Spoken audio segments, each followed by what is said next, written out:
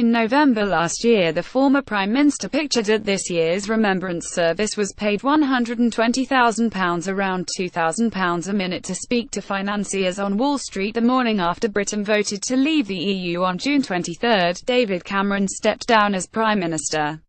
Despite initially indicating that he wished to remain a backbench MP for his constituency in Witney, he left the Commons within just 2 months. Polo associates of the former PM said that while Mr Cameron had no intention of becoming irrelevant, he was determined not to do a Blair. And unlike Tony Blair, who had his own consultancy business, Mr Cameron was keen to earn money and maintain his lifestyle without offering political advice abroad, according to The Times.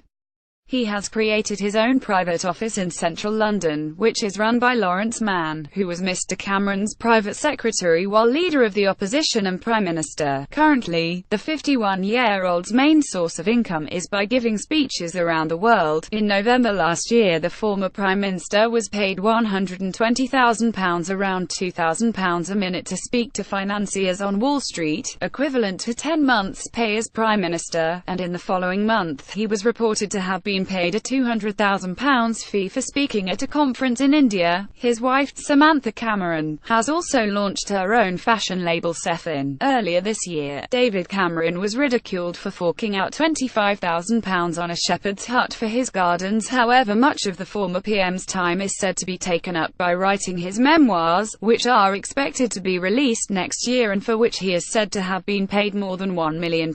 Earlier this year, ridiculed for forking out £25,000 on a shepherd's hut for his gardens.